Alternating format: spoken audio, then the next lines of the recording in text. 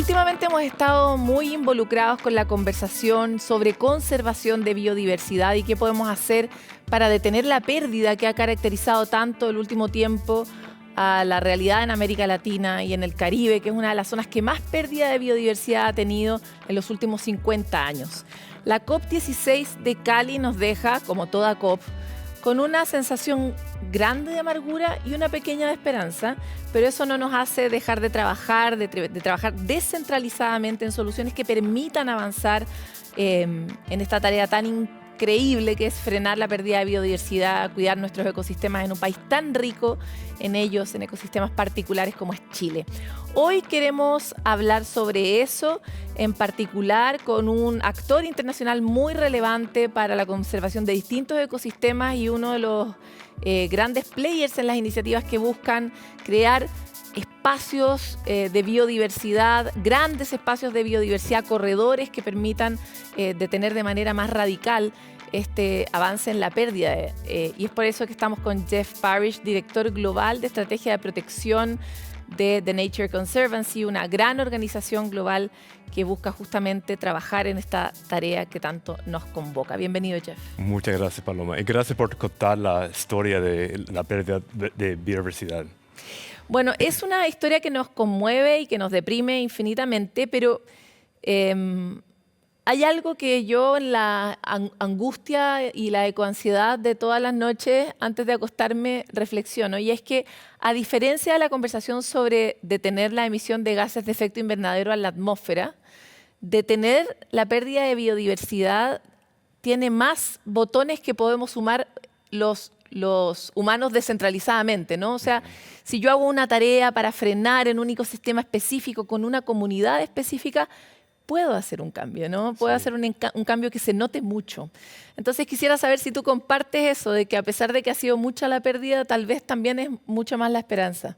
Sí, yo tengo mucha esperanza, porque todos nosotros estamos dependientes en esos ecosistemas y últimamente en la biodiversidad. Y todos tienen un parte para la acción y la solución, digamos. E incluye los políticos que estuvieron en COP y también hasta las organizaciones internacionales, organizaciones locales y las comunidades, más importantes, las comunidades en el campo, que depende directamente en el salud de la persona. Sí. Oye, pero lo planteo especialmente porque no quiero... Nos pasa a veces cuando estamos en nuestras propias comunidades, en nuestras propias cámaras de eco, que resonamos todos en un cierto tema, en una cierta conversación, pero nos desconectamos de la ciudadanía, ¿no? Y para los ciudadanos que sí están viviendo los efectos directamente del cambio climático por el efecto de los gases de efecto invernadero, a veces la sensación de desesperanza es demasiado grande. Parece algo muy grande que abordar, que está muy fuera de su alcance y por lo tanto frente a lo cual solo queda resignarse. Sí. Y por eso me interesa mucho cuál ha sido tu perspectiva y dónde se nutre tu esperanza cuando hablamos de las organizaciones, de las comunidades, de las personas e incluso de los políticos. Sí. Bueno, para empezar, todavía hay lugares importantes para conservar, lugares bonitos, de belleza, para el alma, ¿no? Que son muy importantes, hay que protegerlos. También cuando protegemos y con base en la comunidad, la vida silvestre, las aves, las plantas recuperan. Y eso me da mucha esperanza. Entonces, estamos mirando lo mismo aquí en Chile.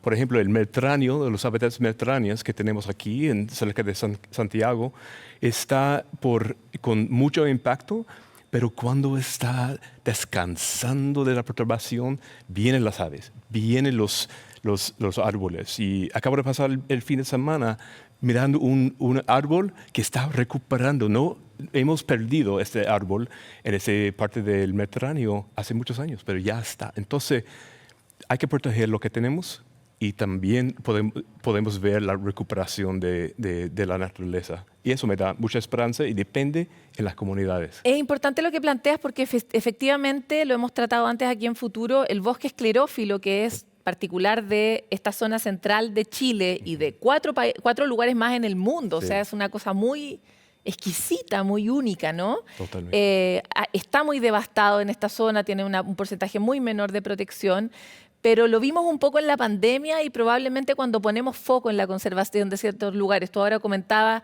estuviste ahí en la zona de María Pinto y puedes ver que haciendo pequeñas acciones igual, como dice Jurassic Park, la naturaleza se abre camino, ¿no? Sí, sí, sí. No, hay mucha esperanza a tener, y no solamente en esos bosques que son muy amenazados, pero también en lugares como en la Patagonia. Y como tú mencionaste, Chile tiene ecosistemas enormes, de importancia enorme, y muy diversas y muy únicas, como el Mediterráneo, pero también con bosques como Alerce, que tienen 2.500 años.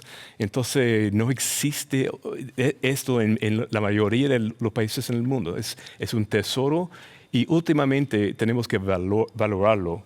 Y entonces, yo creo que estamos en este momento de cambio aquí en Chile, en las comunidades y también en Santiago, la naturaleza es tan valoroso que la minería, por ejemplo, es para nuestro futuro. Claro, pero ahí tú acabas de meter justo el dedo en una herida de Chile, que es que la minería es elocuentemente valiosa para nosotros porque genera el principal ingreso del país, ¿no? Sí. Y teniendo nosotros una riqueza equivalente o incluso mayor en términos de la cantidad de naturaleza única que tenemos y que presta servicios ecosistémicos al mundo, ¿no? Como las turberas en la Patagonia o la cantidad de humedales o la cantidad de glaciares que tenemos, todavía no somos capaces de ponerle ese valor a la naturaleza o de que la naturaleza percibamos su retorno. Es terrible hablar en esos términos, pero de una manera más concreta que permita alinear la conservación con el beneficio que nos trae esa conservación. Entonces, cuéntanos un poco, tú que tienes el cargo de director de protección, o sea, no me gustaría estar en tu sitio. ¿Cómo estamos avanzando en ese que parece ser el gran problema? Lo fue en la conversación de la COP y lo va a seguir siendo en los próximos años en la medida en que no logremos dar valor a la naturaleza. Sí, sí. Bueno, personalmente, en mi opinión, la naturaleza es importante por su mismo valor. Pero nosotros cada día estamos entendiendo que el agua viene por las cuencas saludables, ¿no? Y tenemos procesos y TNC ha establecido muchos de los mecanismos para pagar para la conservación de la cuenca por razones del agua que nos brindan. Entonces, eso es un ejemplo de cómo podemos valorar y también pagar para el manejo sostenible en el largo plazo. ¿A ti te parece que ese modelo es posible, funcional y que va a abundar en el futuro? No es el único, no es el único, porque hay unos lugares que quizás con nuestros cerebros no vamos a entender con suficiente tiempo el valor que tiene la naturaleza, pero en otros sí. Por ejemplo, en Patagonia sabemos que el turismo es sumamente importante para Chile y está creciendo más y más porque lugares silvestres como tenemos en Chile son más raros cada día. Entonces hay que capturar la plata que viene a turismo. Y hay unos precios que pueden elevar también y capturar esos precios, esa plata, para la conservación. Y es mecanismos como eso, mecanismos financieros sostenibles, que en lo que TNC está trabajando bastante fuerte. Y yo creo que aquí en Chile tenemos mucha oportunidad para aprovechar esa oportunidad de capturar la plata y básicamente cuidar el piggy bank que tenemos aquí en Chile, que es la naturaleza. Jeff, bueno, me imagino que tú vives en el norte global. Sí. Y por lo tanto me encantaría saber cómo ves que ha evolucionado la conversación en esos círculos donde está la plata. Y me refiero a los bancos, me refiero a los grandes donantes internacionales, me refiero a los países con sus culpas climáticas. ¿Cómo ha evolucionado esa conversación en el tiempo para que sean esas instituciones también, y no solo los turistas directamente, quienes financien la naturaleza? Sí. Bueno, aunque es muy poco en comparación a otras causas, la filantropía está creciendo en el norte. He visto en mi vida un crecimiento enorme, por ejemplo, en Europa y en los Estados Unidos de filantropía, pero eso es solamente un pedacito el postre, digamos. Entonces, más y más las empresas ven que ellos tienen una responsabilidad, no solamente en términos del cambio climático, pero también en el crisis de biodiversidad. Hace 2 años, en Montreal, el COP15, había un montón de empresas llegaron. Esta vez también, en Cali había muchas. En Cali había un montón, mirando cómo podemos participar, porque sabemos que nosotros necesitamos la naturaleza para nuestras industrias, pero también es parte de nuestra responsabilidad en nuestros países y comunidades. Eso me da mucha esperanza también. Porque y los bancos. Estoy muy interesada en cómo van a operar y cómo vamos a hacer o no capaces de no convertir los fondos verdes en una estafa finalmente, ¿no? Como que funcionen, que sean certificables y que el norte global sienta que ahí se pueden hacer inversiones o personas como nosotros, ¿no? Sí, sí. Bueno, todos tienen responsabilidades, pero hay que tener como marcos, digamos, para estas inversiones o que no son solamente inversiones para recuperar la plata, pero también de filantropía, de recuperación, pero con menos retornos, digamos, porque el último retorno es para la naturaleza. Entonces, está cambiando la mente de bancos y otras empresas y sectores. ¿Ha aumentado? Sí, sí. Sí, está avanzando. Bueno, pero yo creo que sí, lento, muy lento. Creo que Chile tiene una buena oportunidad porque tenemos tantas empresas, un valor de la biodiversidad, pero hay que conectarlos. Entonces creo que eso es el capítulo próximo. No, y siempre nos encanta pasar este aviso a los bancos, que sean pioneros, no solo la ciencia chilena, no solo las empresas chilenas generales, sino los bancos chilenos, que sean los que den el ejemplo también a los bancos globales. Sí. Jeff, te quería llevar ahora a la conversación sobre la colaboración, porque a pesar de todo, y que todos, en este caso de cuidar la naturaleza, compartimos un bien común, los humanos siempre lo arruinamos, ¿no? Nos gusta competir e incluso hemos visto en el escenario de la naturaleza que las mismas organizaciones que cuidan la naturaleza, por cómo están puestos los incentivos, muchas veces compiten entre ellas de manera muy perversa, ¿no? Y es ridículo porque estamos cuidando un bien mayor, pero tenemos una manera, una estructura, un sistema que no colabora con la colaboración. Sí. Entonces me encantaría, ustedes que son las grandes, porque ustedes, Pew, WWF y tantas otras, ¿no? Están hoy de alguna forma cambiando o girando sus prácticas. ¿Por qué y en qué se materializa? Gracias a Dios está cambiando. Lento, pero cambiando. Y yo creo que últimamente es nuestra culpa, porque estamos compitiendo, luchando con mucho ego. Es horrible cómo hemos conducido durante el pasado 50 años, digamos. Pero en ese momento hay esperanza. Yo, de parte de TNC, estamos empujando fuertemente la importancia de la colaboración. Se llama colaboración radical. Porque es algo bastante nuevo en nuestras organizaciones. Significa, por ejemplo, en una sociedad que hemos establecido con Pew, con WWF y con el apoyo de Ben Walton en ZomaLab, que hemos establecido un portafolio común de tratos para la conservación de sistemas de áreas naturales. Estoy levantando fondos no solamente para TNC, pero para WWF, $15 millones, para otra organización con quien teníamos una competencia. Ahora, porque todos nosotros tenemos que apoyar los mismos, tenemos que... Y modelar una nueva manera. Y está funcionando.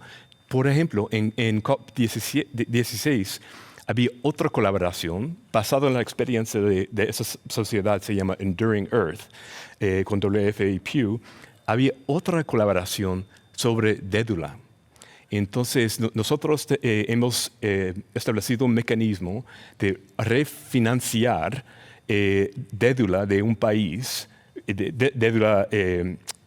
como la deuda del Fondo Monetario Internacional, pero asociada... Pero asociada con la deuda privada, digamos. Ajá. Entonces, y con todos los los savings, el ahorro que tenemos en el refinanciamiento, estamos pasando en un acuerdo con el gobierno que la plata pasa a la conservación del medio ambiente. Entonces, eso es un mecanismo muy fuerte, muy innovativo, pero nosotros como TNC no podemos guardarlo como mecanismo. Obvio. Estamos compartiendo con 6 otras organizaciones en ese momento, incluyendo WCS, Conservation International, Rewild, Pew, WWF. Y entonces es importante esa manera de conducirnos en básicamente una década última que tenemos para cambiar el trayectoria de la naturaleza. Jeff, tenemos que ya empezar a cerrar esta entrevista. Tú sabes que el tiempo es finito, Sí. pero a veces se expande, así que vamos a expandirlo un poco, porque tú como líder global de una organización como esta, has cambiado tú mismo mucho, ¿no? Me Sí. imagino. Sí. ¿Y qué...? Coméntate mi pelo gris, creo. Hay veces que cambia el pelo, más no la persona. Por lo mismo Sí. me parece importante Sí, lo que sí. hayas aprendido, lo que has dejado de hacer como una persona que trabaja en conservación y lo que has aprendido a hacer. Lo planteo porque hasta las organizaciones pequeñas tienen un líder que es muy relevante para conservar, incluso si los proyectos son chiquititos. Y por lo tanto, ¿cómo es ese líder? Es una cuestión que a veces cambia el destino de ese proyecto. Sí. Por lo tanto, con todo lo que te has equivocado y con todo lo que has acertado, ¿qué cosas le sugerirías a esos líderes nuevos que dejaran ir? Sí. ¿Y qué cosas les dirías tú que aprendan a hacer de manera consistente? Bueno, soy científico, ornitólogo de aves por entrenamiento, pero lo que he aprendido es la importancia de 2 cosas. La gente, especialmente las comunidades y pueblos indígenas, y escuchar y no asumir que nosotros tenemos todas las soluciones, 1. Y 2, que necesitamos el financiamiento sostenible para la conservación. No podemos tener parques en papel solamente, y tenemos muchos de esos en Chile.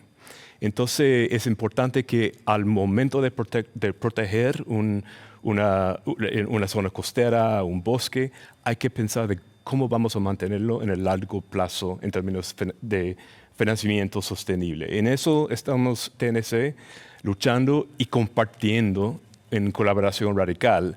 Y espero que, por ejemplo, nuestros socios en Patagonia, en Puchiguín, se llama el proyecto, ellos están con TNC y el apoyo de TNC como líderes, pero también aprendiendo desde nosotros el financiamiento sostenible para una gran oportunidad para protección del Valle de Cochamó.